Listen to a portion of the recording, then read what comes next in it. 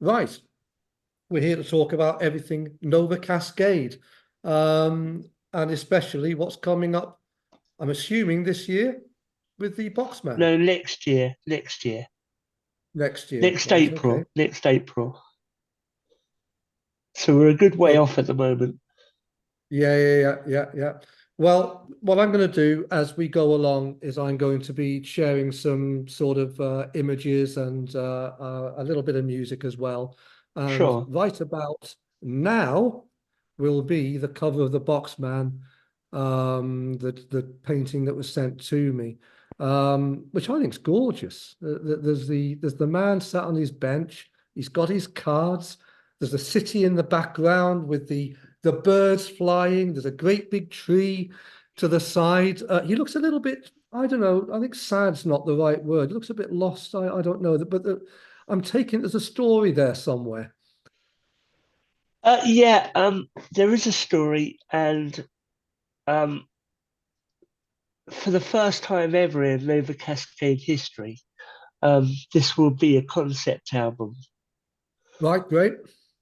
So the entire thing, however long it lasts, is a concept album. Yeah. So starting off with the 28-minute shebang, which is the choice, and then going on from there, and then ultimately culminating in Boxman to finish. Um, if you're interested in the history of Boxman, um, I started work on Boxman in about 1995. Okay. I finished it about a decade later. So it underwent multiple changes. It started off as like a 3 minute ballad. And then it was about 15 minutes at one point, and then I've made some trims. So it could be anywhere between 7 and 10 minutes. It depends on where we go with it. Um, but yeah, it's got a very long textured history. Okay. And what is the story behind it then? Can you share some of that? Um, I'm ruminating in my head. um, the, the basic the basic principle is so that not to bog you down forever is I've got an image of an individual driven to a town by a signal where he comes across a large structure. Inside the large structure, there's a machine that's emanating a signal. And then I don't want to give too much away, but but going on from that signal, there's a cause of events that will occur. I think that's as much as I want to give away right now. No, that sounds absolutely fine. But it's all very prog and all very mysterious, oh, that's what we um, like. and in true Leather Cascade fashion, it jumps around a bit, as I'm sure you've already heard from the snippet that I sent you. Yeah. Well, I mean, it certainly starts off with what can only be described as an epic fan's epic. It's a huge piece of music, the choice, and what you sent me just sounds absolutely magnificent. Really does. Well, we appreciate that. It's not even finished.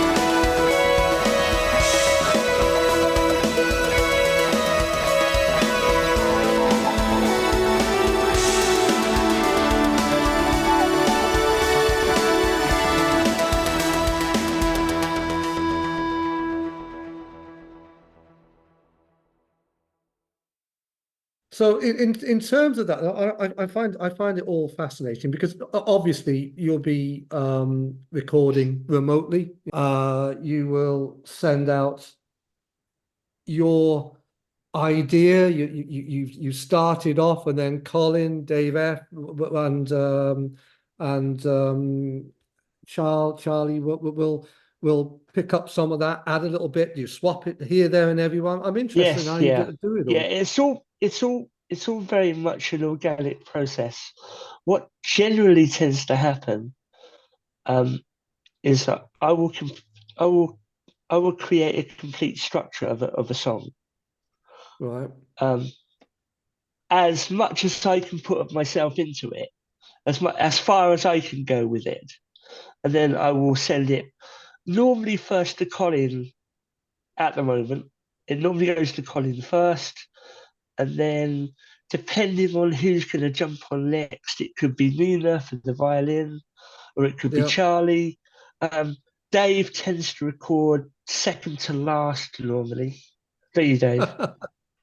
Yeah, yeah. I'm the last one. Yeah, Dave tends to be normally last. I'm normally first at the gate. And then it comes back to me at the end, and then I tweak whatever I want to tweak before we put it out. That's generally what works. Okay. And in terms of the writing process, is that all yourself, Dave, or Yeah, is that yeah, yeah. I get into what my bandmates like to call mad professor mode. Um, so depending on what happens, because I never know what's going to happen when I sit down and try and write something. Um, it can go incredibly quickly, like it has this time. I mean, I wrote the choice in about 12 days, Wow. um, which is pretty incredible for me because some of the other tracks, like The Navigator, for example, or Back from the Brink, those took a little bit longer. But for the choice, it was pretty. I had a clear vision in my head of where it was going to go. It was just like a mental jigsaw puzzle of I've got all these little parts, but I've got to make it work. Yeah. And then because of our recording process, because we record very much on the fly, because we're not all together, um, we have to think very, very carefully about what we're adding and where we're adding it, because it's pretty much a destructive recording process. We can't really go back later on and change anything that's bad. So at every stage of the recording process, we have to be constantly editorial and quality control. Does this work? Is it going to work? Is someone down the line going to point out and say, no, that's bad? And that's the kiss of death. That's what we can't have happen. But I mean, okay then. So turning that on its head a little bit, Colin, Dave H sends you some over the ether, and you pick it up. You think, yeah, I'd like this. Bum bum bum bum bum bum bum bum. But another bit you think, not quite sure that works. I want to add this to that. I want to do that to that. Is that part of the creative process? Yeah, I would say so. Usually spend the first couple of listens trying to figure out what the heck Dave's played and what key it's in, because they're not always straightforward to actually play along with. But Yeah. once I've done that, I'll usually get an idea while I'm figuring that out. So I'll often have my guitar plugged in while I'm listening for the first time, and some ideas then will make it into the final version. Because I'm very much like to work quickly. So the first idea that I have will very often be the one that actually goes on there, and see if Dave likes it.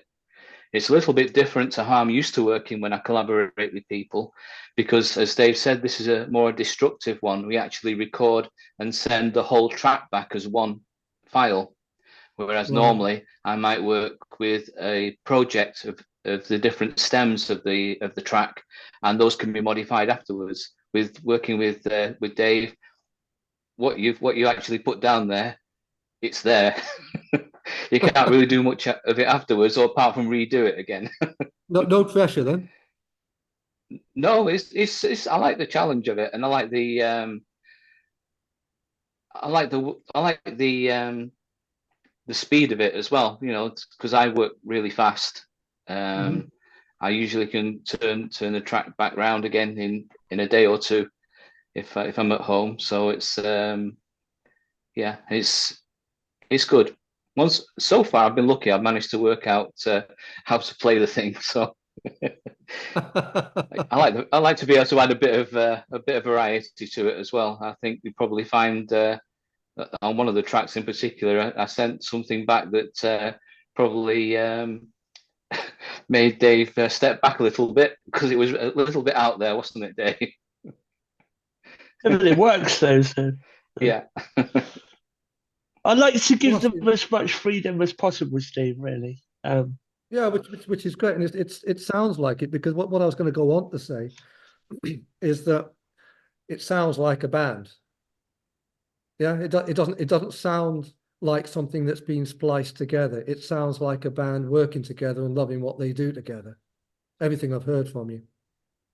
Well, I think it comes from the fact that me and Dave have been together now for the last. Well, we're coming up on our 7th birthday in May, Right. so we've got a good working understanding of.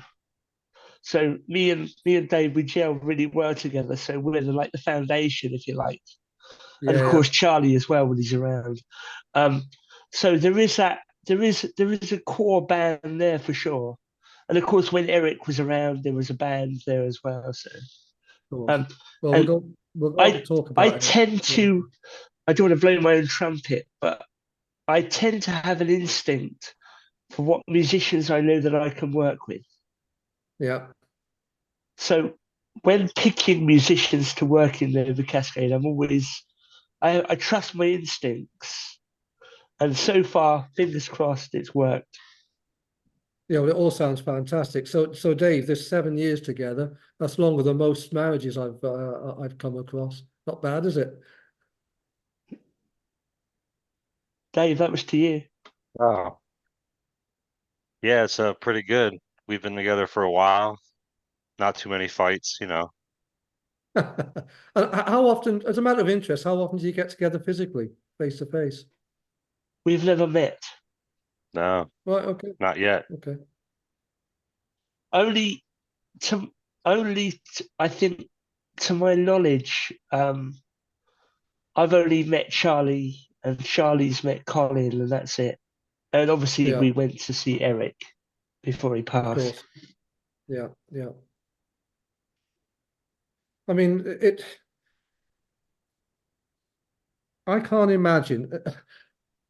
It's interesting. You talk. We'll talk about Eric now.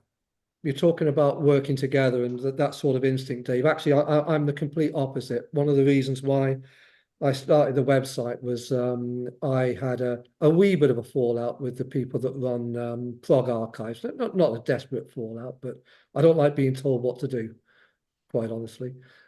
Same. If you speak to my boss at work, he'll tell you that I'm the most argumentative civil servant that's ever walked this earth. But I like to be my own boss, as it were. Now, moving on from that a wee bit, when we're talking about Eric, I mean, Eric's sound was utterly unique. I mean, he was an incredible musician. I'm sorry to say I never saw him live, never met him. Uh, I do correspond quite a bit with Anne Claire through the agency and through some private messages. But it can't be easy carrying on losing somebody as influential as that. And I don't know, I mean, all credit to you for doing so. Yeah, I mean, I think as I recall saying to you in the last interview that we did when the album Yeah, first came out, when Eric passed away, I had to make a choice. It was either how do you replace the irreplaceable, which is very difficult, because Eric was irreplaceable. Let's make no bones about that. Yeah. But I knew deep down from talking to Eric before he passed away that he wanted me to carry on, and he wanted me to make the Navigator into something special. And the only way I could do that was to get musicians who were special. And I do believe Colin's special, and I do believe Neil's special. Absolutely. So it was never a case of I'm not going to do this. It was, I've got to put my head down and really think about how I can make this work and how I can find the right musicians. With Colin, it was a no-brainer. I knew Colin was immediate. But when I was trying to look for a violinist to replace Eric, that was a whole different challenge altogether. It took me, I don't know, probably 6 to 8 weeks. I was listening to samples constantly. And within about 8 bars of Nina, I knew Nina was the one. It was my instinct just went, yes, okay, that's It's it. a marvelous choice. Plays very, very well. And I think, Colin, from your perspective, certainly it's your stamp on that LP. Mhm. And I don't think you can do it any other way, can you? No, I can't. I'm not Eric. I can't be Eric. And I would say I'm nowhere near as good a guitarist as Eric was. I'm my own type of guitarist, and I can play in a lot of different styles. So I bring what I can to the album and enjoy doing it.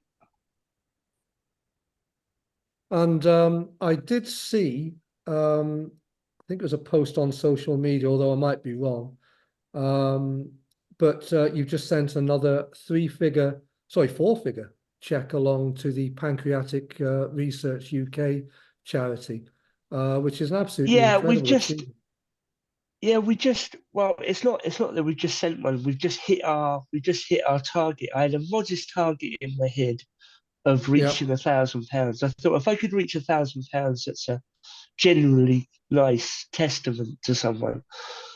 Obviously, if we could expand upon that, even better. I've had very close dealings with the Pancreatic Cancer Charity itself. They've officially endorsed the album, and I've got letters of commendation and things congratulating us, which is really nice. It's nice to have that sort of recognition, right? But obviously, I couldn't have done it without my bandmates, because you've got to have a product. Well, for everybody who's watching this, what I will be doing is I'll be playing a track or two from the Navigator. There will be a link when I'm doing that to contribute towards the to get the LP, because all the proceeds, all the profits from the LP automatically go to Pancreatic Cancer Research UK, which is it's the most terrible disease, and everything we can do to help is so important.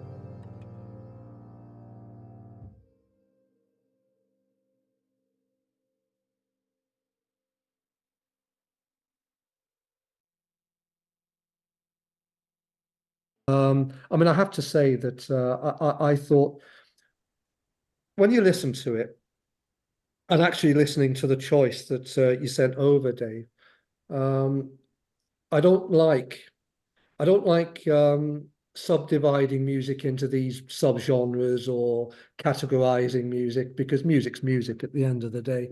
But if I were to be forced to say something like that, I wouldn't say something as silly as crossover prog, or whatever whatever that means, or neo prog. What I would call it is, um, I think it's full of sound.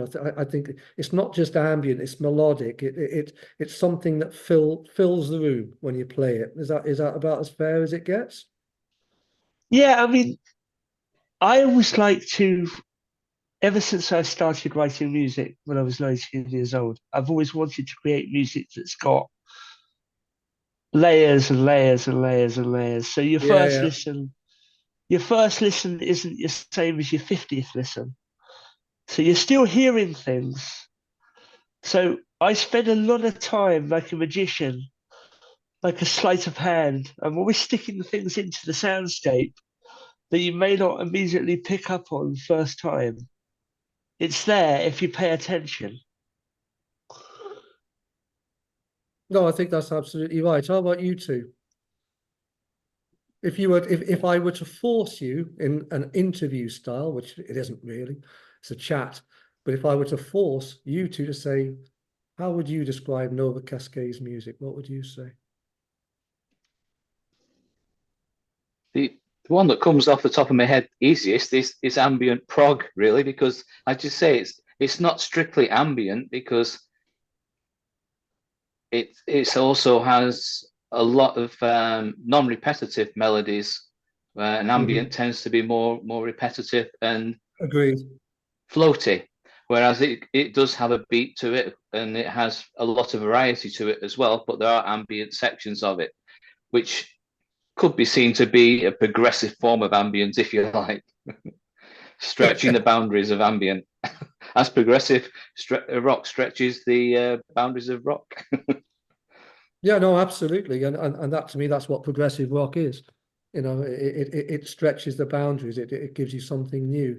And it's such a wide spectrum of music as well, as we all know. Dave, how about yourself? Yeah, well, like you said, it is such a wide spectrum.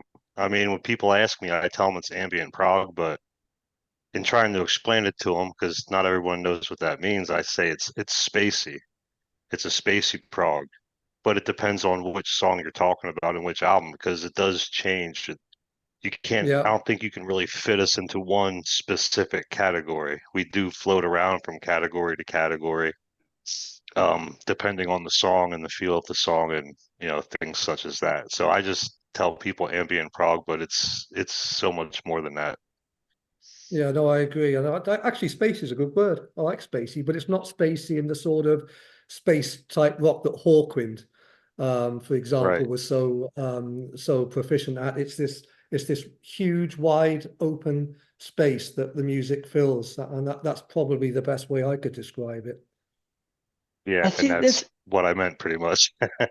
I think there's a tendency when you talk about space in ambient, especially for the music to become like almost like wallpaper, where you're not really paying attention to what you're hearing. It's just sort of like washing over you, right? Yeah, And I've got an inbuilt dread of that.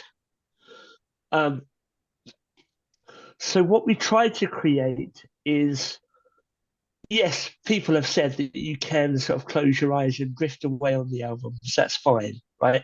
But I like to bring people back every few seconds and remind them that they're not listening to New Age and say, you know, this is a song.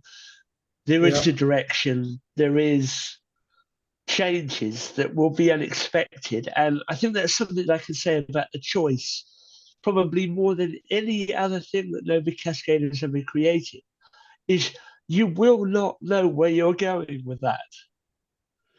Right? You will not, because it's so unexpected. The turns are every bit as crazy as the craziest film noir, for example. It's just like it's all over the shop.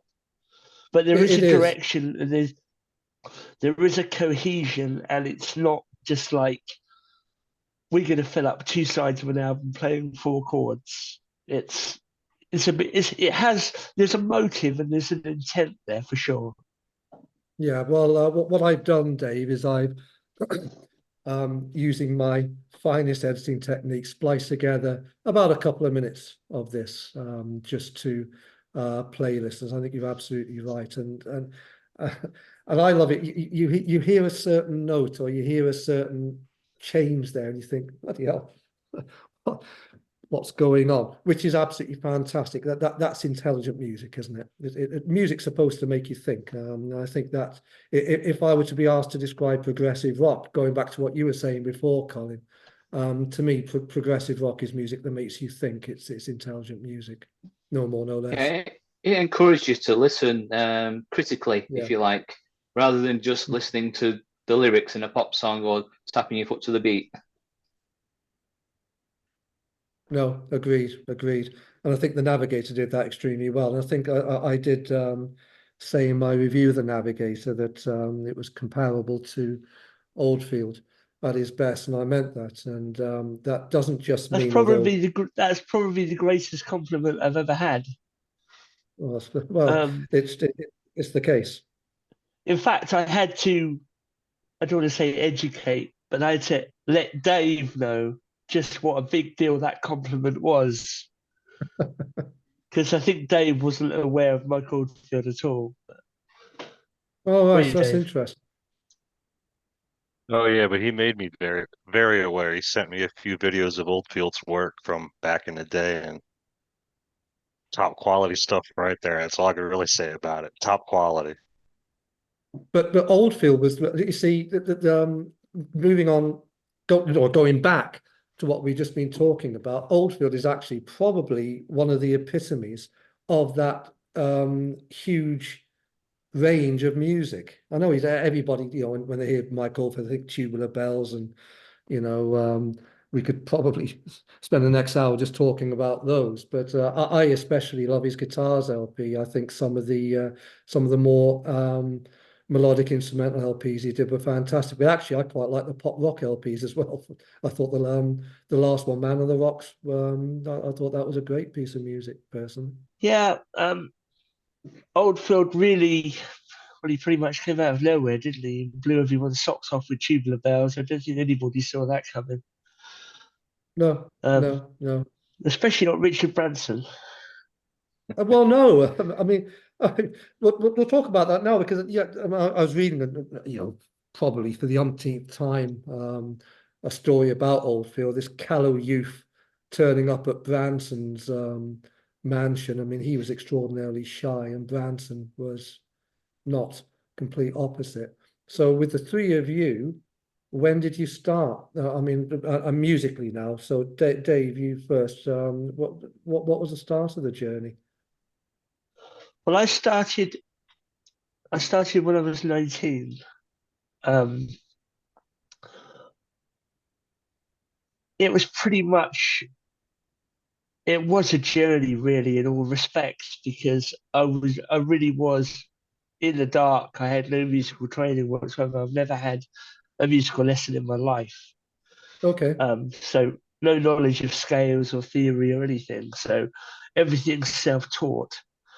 Um, so it was a matter of finding my style. And then I think what it was is I found that, well, I think the biggest turning point for me was I found a good mentor. I found a good mentor when I was about 20, and Okay. he very subtly brought out the best in me, right? While also making me acknowledge my bad habits, right? He was a very, very harsh critic, but also a very, very good motivator, right? Because I wanted to do well, because I wanted to please him, right? And and then I think I found a lot of self-confidence in what I found much more confidence in what I was doing, right? Because people were starting to respond to what I was doing, right? And I think that's the greatest accolade. I think that's more, for me personally, I can't speak for other people, but for me, that's the greatest accolade you can get back, is that feedback from other people, right? A sale is fine, sales are fine, airplay is fantastic, right? But if you can actually move people in ways and you can actually connect with them and make them feel like, that's another thing I like to do with Nova Cascade, is I like to make people feel involved in what we're doing. So I like this connection with our fans. I love talking to people about the music and the creating Mhm. process. So it's been a journey of, of always always wanting to push myself and always trying to get the best out of what I can do. Fantastic. Because No, let's and face it, none of us are recording in recording studios. We're all recording at home with what we can lay our yeah, hands on, right? yeah, And Nova Cascade has got like the ethos of like a garage band, really, hmm right? It's all very sort of homegrown and homespun, and we do have our own sort of weird and wonderful way of doing things, right? But I think that makes us stand out because we have a particular sound, right? It doesn't. I think what it's missing, and you can say this was a detriment, is I think it's missing that sort of polished sheen that comes from a studio, right? The trouble with that is everything starts to sound the same that's come from that studio, right? And everything's maxed out to the limit. Everything's at Spotify crush your ears level. It's so loud because yeah. it's all competing with everything else. It's all loud, right? And I guess what I'm saying is I'm not scared to be quiet. I'm not scared to be really quiet, and I'm not scared to be really loud, right? I just don't want to be commonplace. I don't. I want people to listen to us and me to say, "Oh yeah, that's Liver Cascade." Yeah, yeah, yeah, yeah. Well, I think that's absolutely the case.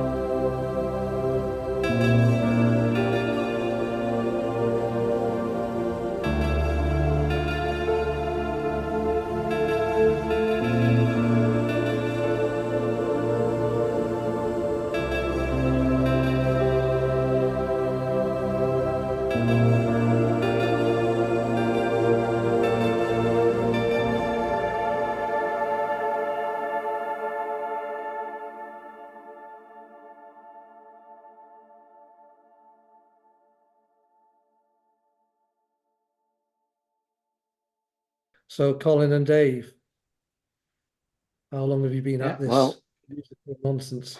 I was probably about 10, I think, when I first got my guitar. Okay. But I didn't really play it very much then because I couldn't stretch to the chords. But probably around 12 or 13 or so, I got interested in playing it, and I do amateur dramatics as well. And at one of these rehearsals, there was a girl there who used to play acoustic guitar, and she showed me some chords and a couple of songs. So I took it from there and taught myself basically to play guitar. And I was really into heavy rock like Deep Purple, Black Sabbath, and things as well. So eventually, I Yeah, got an electric guitar yeah. and played along with the records like everybody did with the guitar then. And then a bit later, I actually met a distant cousin at a wedding who actually showed me the pentatonic scale to help you play blues solos. And that sort of led me on another little bit there as well. Because like Dave, I've never had any guitar lessons. In fact, I lie, I had one, which was a classical guitar lesson. And then it was like after school, and then the guitar teacher ran off with all the money that we paid in advance, so we never got to finish it. And it wasn't very exciting anyway. So basically, I taught myself. I didn't pass my music O level, and I really just enjoyed making music though and recording music, and I've been doing that since I've been about 13, 14, starting off with Brilliant. using two cassette players together to multi-track, Yeah. moving on to reel, sound on sound, and then playing. I got a synthesizer, so then I was playing synth pop with a band called Forgotten Heroes in the early 80s, and yeah, variety of different bands I've been in really. He went from synth pop to dance and dance funk to a bit of heavier funk, and then rock covers, and also on my own solo stuff, progressive stuff, and Yeah, yeah, proper yeah, electronic ambient, experimental, all sorts. yeah. I've got my finger in every pie, really. Excellent. Eclectic, as it were. Dave? Yeah. Oh, I was 13 when I got my first bass, Christmas of '93. My dad played guitar and sang in his own band called the South Mountain Cowboys, and he played with his dad for, years before I was even born. So I grew up playing country music. Did have bass lessons for 4 years. I learned some theory, I learned how to play scales, but that was about it. After I was 16, I was just on my own, learning different styles, stuff like that. I lived in California for a while, played some music out there, moved back here to Pennsylvania, played some music here. Yeah. That's pretty much it. I didn't play music then for almost 10 years until I met Dave, and I wanted something to do. So I bothered him for 2 weeks, and here we are, 7 years later. 7 years later. Well, we're on the 3-minute warning, gentlemen. It You flashes up know in what the the really screen. funny thing is that I haven't played music for 10 years either. Strange, isn't it? But what comes across is the honesty and the dedication to this. I should mention there is a Kickstarter campaign for the Boxman still open, Dave. Which Yeah, is already finished. Which is already finished. right. That has finished now, is it? Right. Okay. Yeah, So yeah, met the target, which is absolutely fantastic. yeah, yeah.